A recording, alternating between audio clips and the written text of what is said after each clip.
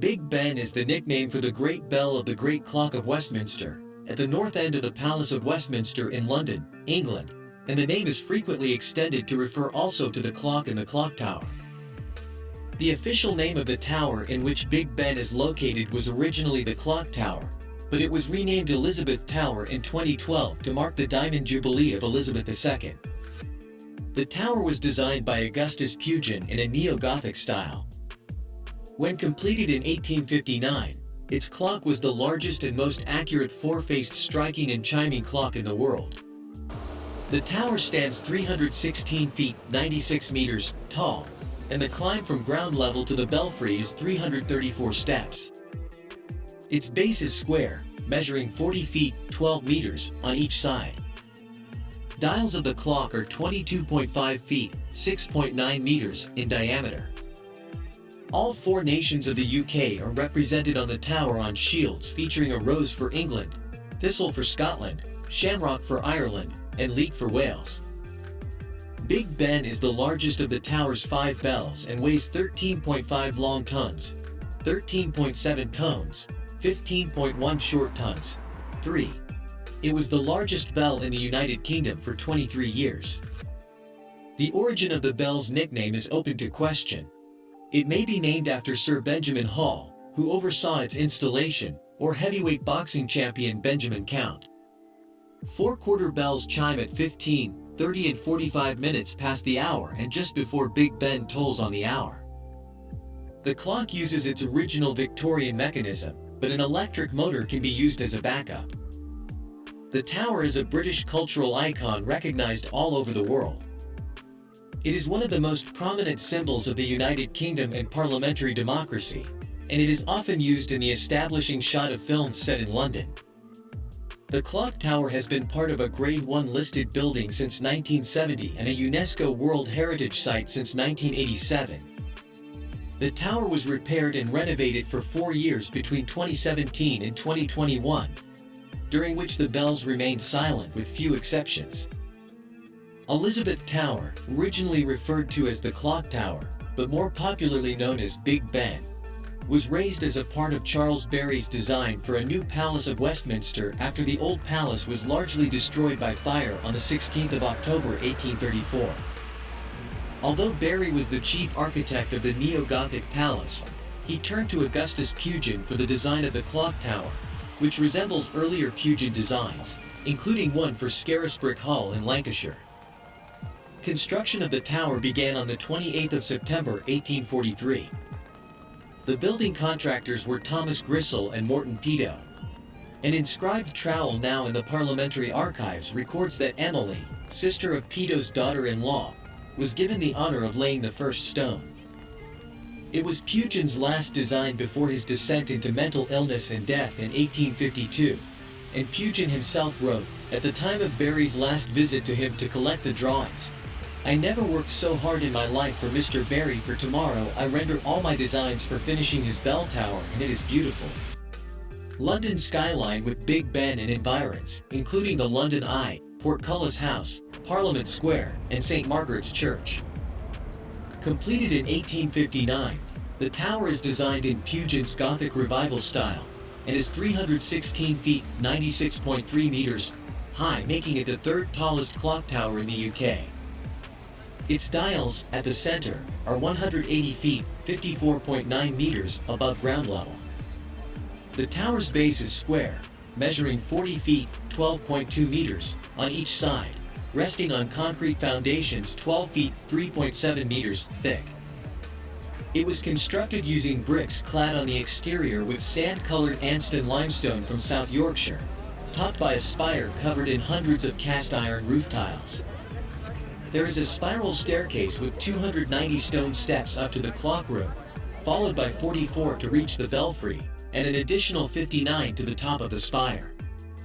Above the belfry and Ireton light are 52 shields decorated with national emblems of the 4 countries of the UK, the red and white rose of England's Tudor dynasty, the thistle of Scotland, shamrock of Northern Ireland, and leek of Wales. They also feature the pomegranate of Catherine of Aragon, first wife of the Tudor King Henry VIII, the portcullis, symbolizing both Houses of Parliament, and fleur-de-lis, a legacy from when English monarchs claimed to rule France. A ventilation shaft running from ground level up to the belfry, which measures 16 feet 4.9 meters by 8 feet 2.4 meters, was designed by David Boswell Reed, known as the grandfather of air conditioning. It was intended to draw cool, fresh air into the Palace of Westminster. In practice, this did not work, and the shaft was repurposed as a chimney until around 1914. The 2017 to 2021 conservation works included the addition of a lift or elevator that was installed in the shaft. Its foundations rest on a layer of gravel, below which is London clay. 16. Owing to this soft ground, the tower leans slightly to the northwest by roughly 230 millimeters, 9.1 in, over 55 meters height, giving an inclination of approximately 1/240th. This includes a planned maximum of 22 millimeters increased tilt due to tunneling for the Jubilee Line extension. In the 1990s, thousands of tons of concrete were pumped into the ground underneath the tower to stabilize it during construction of the Westminster section of the Jubilee Line. It leans by about 500 millimeters, 20 in, at the finial. Experts believe the tower's lean will not be a problem for another 4,000 to 10,000 years. Journalists during Queen Victoria's reign called it St. Stephen's Tower. As members of Parliament originally sat at St. Stephen's Hall, these journalists referred to anything related to the House of Commons as news from St. Stephen's. The palace does contain a feature called St. Stephen's Tower, located above the public entrance.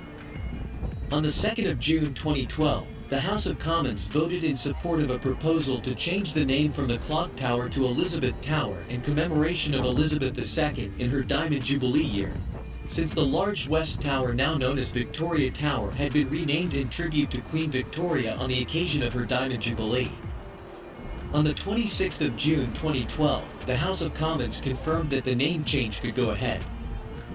David Cameron, then Prime Minister, officially announced the change of name on the 12th of September 2012. The change was marked by a naming ceremony in which John Bercow, then Speaker of the House of Commons, unveiled a plaque attached to the tower on the adjoining Speaker's Green. Inside the tower is an oak-paneled prison room, which can only be accessed from the House of Commons, not via the tower entrance. It was last used in 1880 when atheist Charles Bradlaugh, newly elected Member of Parliament for Northampton, was imprisoned by the Sergeant-at-Arms after he protested against swearing a religious oath of allegiance to Queen Victoria.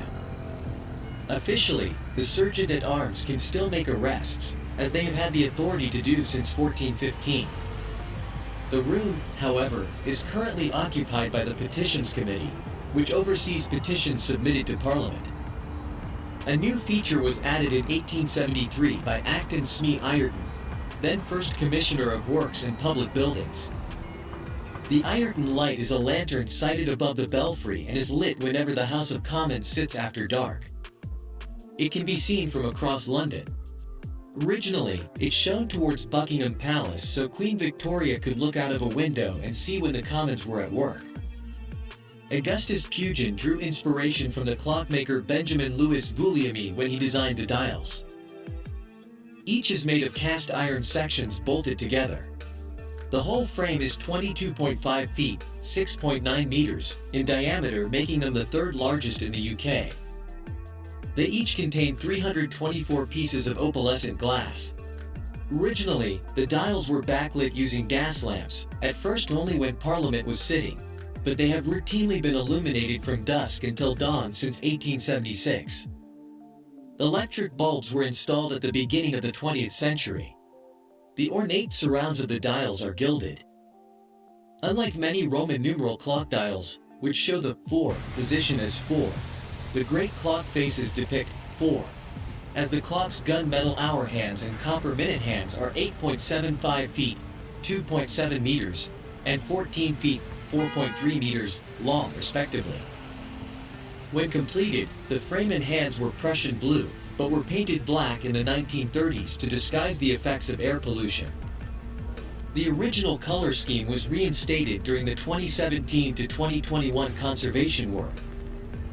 It was found that no fewer than 6 different color schemes had been used over the past 160 years. The Victorian glass was also removed and replaced with faithful reproductions made in Germany by glassmakers Glasfabrik Lamberts. The clock's movement is known for its reliability. The designers were the lawyer and amateur horologist Edmund Beckett Denison and George Airy, the astronomer royal. Construction was entrusted to clockmaker Edward John Dent. After his death in 1853, his stepson Frederick Dent completed the work in 1854. As the tower was not completed until 1859, Denison had time to experiment before its installation in April that year. Instead of using a deadbeat escapement and remontoir as originally designed, he invented a double 3-legged gravity escapement, which provides the best separation between pendulum and clock mechanism, thus mitigating the effects of rain, wind, and snow on the dials. Denison never patented his design, and it quickly became the standard on all new high-quality tower clocks. On top of the pendulum is a small stack of pre-decimal penny coins. These are to adjust the time of the clock. Adding a coin has the effect of minutely lifting the position of the pendulum's center of mass, reducing the effective length of the pendulum rod and hence increasing the rate at which the pendulum swings.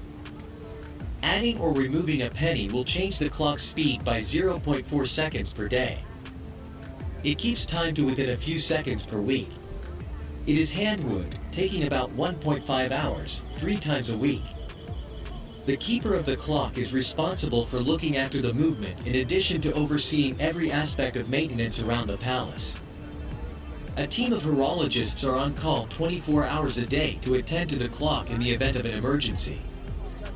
On the 10th of May 1941, a German bombing raid damaged 2 of the clock's dials and sections of the tower's stepped roof and destroyed the House of Commons chamber. Architect Sir Giles Gilbert Scott designed a new 5-floor block. 2 floors are occupied by the current chamber, which was used for the first time on the 26th of October 1950. The clock ran accurately and chimed throughout the Blitz. The main bell, officially known as the Great Bell but better known as Big Ben, is the largest bell in the tower and part of the Great Clock of Westminster. It sounds an E natural. The original bell was a 16-ton, 16.3-ton hour bell, cast on the 6th of August 1856 in Stockton-on-Tees by John Warner and Sons. It is thought that the bell was originally to be called Victoria or Royal Victoria in honor of Queen Victoria, but that an MP suggested the bell's current nickname of Big Ben during a parliamentary debate. The comment is not recorded in Hansard. Since the tower was not yet finished, the bell was mounted in New Palace Yard, but during testing, it cracked beyond repair and a replacement had to be made. The bell was recast on the 10th of April 1858 at the Whitechapel Bell Foundry as a 13.5-ton, 13.76-ton bell. The second bell was transported from the foundry to the tower on a trolley drawn by 16 horses, with crowds cheering its progress. It was then pulled 200 feet, 61.0 meters, up to the clock tower's belfry, a feat that took 18 hours. It is 7 feet 6 inches, 2.29 meters, tall and 9 feet, 2.74 meters, diameter. This new bell first chimed on the 11th of July 1859. In September, it too cracked under the hammer. According to the foundry's manager, George Mears, the horologist Denison had used a hammer more than twice the maximum weight specified. For 3 years, Big Ben was taken out of commission and the hours were struck on the lowest of the quarter bells until it was repaired. To make the repair, a square piece of metal was chipped out from the rim around the crack, and the bell given an eighth of a turn so the new hammer struck in a different place. Big Ben has chimed with a slightly different tone ever since, and is still in use today with the crack unrepaired. Big Ben was the largest bell in the British Isles until Great Paul, a 16.75-ton, 17-ton bell currently hung in St. Paul's Cathedral, was cast in 1881. In August 2007, the bell's striker was replaced for the first time since installation. The origin of the nickname Big Ben is the subject of some debate. The nickname was applied first to the Great Bell. It may have been named after Sir Benjamin Hall, who oversaw the installation of the Great Bell, or after English heavyweight boxing champion Benjamin Comp. Now Big Ben is often used, by extension, to refer to the clock, the tower and the bell collectively, although the nickname is not universally accepted as referring to the clock and tower. Some authors of works about the tower, clock and bell sidestep the issue by using the words Big Ben first in the title, then going on to clarify that the subject of the book is the clock and tower as well as the bell. Along with the Great Bell, the belfry houses 4 quarter bells which play the Westminster quarters on the quarter hours. The 4 quarter bells sound G, F, E, and B. They were cast by John Warner and Sons at their Crescent Foundry in 1857 and 1858. The foundry was in Jewin Crescent, in what is now known as the Barbican, in the City of London. The bells are sounded by hammers pulled by cables coming from the link room, a low ceiling space between the clock room and the belfry, where they are triggered by cables coming from the chime train. The quarter bells play a once-repeating, 20-note sequence of rounds and 4 changes in the key of E major: 1 to 4 at quarter past, 5 to 12 at half past, 13 to 20 and 1 to 4 at quarter to, and 5 to 20 on the hour, which sounds 25 seconds before the main bell tolls the hour. Because the low bell is struck twice in quick succession, there is not enough time to pull a hammer back, and it is supplied with 2 wrench hammers on opposite sides of the bell. The tune is that of the Cambridge chimes, first used for the chimes of Great St. Mary's Church, Cambridge, and supposedly a variation, attributed to William Crotch, based on violin phrases from the air, "I know that my Redeemer liveth," in Handel's Messiah. The notional words of the chime, again derived from Great St. Mary's and in turn an allusion to Psalm chapter 37 verses 23 to 24, are, "All through this hour, Lord be my guide, and by thy power, no foot shall slide." They are written on a plaque on the wall of the clock room. One of the requirements for the clock was that the first stroke of the hour bell should be correct to within 1 second per day. The tolerance is with reference to Greenwich Mean Time, BST in summer. So, at 12 o'clock, for example, it is the first of the 12-hour bell strikes that signifies the hour, the new year on New Year's Eve at midnight. The time signaled by the last of the 6 pips, UTC, may be fractionally different. On the 13th of November 2022, Remembrance Sunday, the chimes of Big Ben returned to regular service for the first time since August 2017, preceding the hour bell being sounded at 11 a.m. local time, the first hour strike marking the beginning of 2 minutes of silence. A London-themed Paddington Bear statue, featuring Big Ben, located outside the National Gallery in Trafalgar Square in 2014, the clock has become a cultural symbol of the United Kingdom, particularly in the visual media. When a television or filmmaker wishes to indicate a generic location in the country, a popular way to do so is to show an image of the tower, often with a red double-decker bus or black cab in the foreground. In 2008, a survey of 2,000 people found that the tower was the most popular landmark in the United Kingdom. It has also been named as the most iconic film location in London. The sound of the clock chiming has also been used this way in audio media.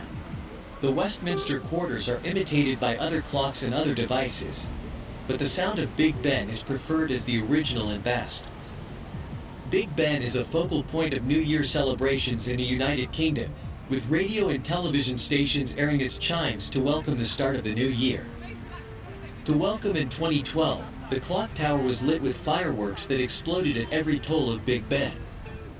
Similarly, on Remembrance Day, the chimes of Big Ben are broadcast to mark the 11th hour of the 11th day of the 11th month and the start of the 2-minute silence.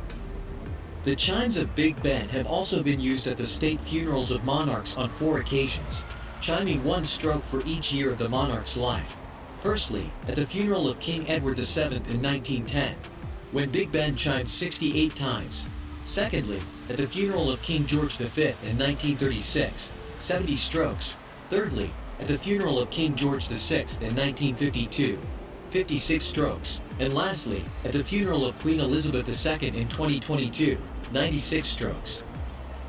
Londoners who live an appropriate distance from the tower and Big Ben can, by means of listening to the chimes both live and on analog radio, hear the bell strike 13 times. This is possible because the electronically transmitted chimes arrive virtually instantaneously, while the live sound is delayed traveling through the air since the speed of sound is relatively slow. ITN's News at 10 opening sequence formerly featured an image of the tower with the sound of Big Ben's chimes punctuating the announcement of the news headlines of the day. The Big Ben chimes, known within ITN as the bongs, continue to be used during the headlines, and all ITV news bulletins use a graphic based on the Westminster clock dial. Big Ben can also be heard striking the hour before some news bulletins on BBC Radio 4, 6 p.m. and midnight, plus 10 p.m. on Sundays, and the BBC World Service, a practice that began on the 31st of December 1923. The sound of the chimes is sent live from a microphone permanently installed in the tower and connected by line to Broadcasting House. At the close of the polls for the 2010 general election, the results of the national exit poll were projected onto the south side of the tower. On the 27th of July 2012, starting at 8:12 a.m., Big Ben chimed 30 times to welcome the games of the 30th Olympiad, which officially began that day, to London. Elizabeth Tower with the scaffolding mostly removed, March 2022. On the 21st of August 2017, Big Ben's chimes were silenced for 4 years to allow essential restoration work to be carried out on the tower. The decision to silence the bells was made to protect the hearing of the workers on the tower, and drew much criticism from senior MPs and Prime Minister Theresa May. The striking and tolling of the bells for important occasions, such as New Year's Eve and Remembrance Sunday, was handled via an electric motor, and at least one of the 4 clock faces always remained visible during the restoration. Scaffolding was put up around the tower immediately after the bells were silenced. The original cost of the project for the taxpayers and creditors was estimated to be roughly £29 million, but this was then more than doubled to £69 million. In February 2020, it was confirmed that the renovations had revealed that the Elizabeth Tower had sustained greater damage than originally thought in the May 1941 bombing raid that destroyed the adjacent House of Commons. Other costly discoveries included asbestos in the belfry, the extensive use of lead paint, broken glass on the clock dials, and serious deterioration to the tower's intricate stone carvings due to air pollution. The cost of addressing the new problems was estimated at £18.6 million, bringing the total budget for restoring the Elizabeth Tower to nearly £80 million. The 2,567 cast iron roof tiles have been removed and refurbished, and a lift has been installed to make access easier, along with a basic toilet facility with running water, for the first time in the tower itself. The iron light at the top of the tower, which is lit when Parliament is sitting, has also been fully dismantled and restored along with the other lights in the belfry, the lights being replaced with low-energy LEDs. One of the most visible changes to the tower has been the restoration of the clock face framework to its original color of Prussian blue, used when the tower was first built in 1859, with the black paint that was used to cover up the soot-stained dial frames now having been stripped away. The clock faces have been regilded, and the shields of St. George have been repainted in their original red and white colors. The 1,296 pieces of glass that make up the clock faces have also been removed and replaced. In December 2021, after 4 years of renovations and restoration, the tower emerged from behind its scaffolding in time for the ringing in of the new year. In April 2022, the gantry supporting the scaffolding was removed, leaving the tower free of scaffolding.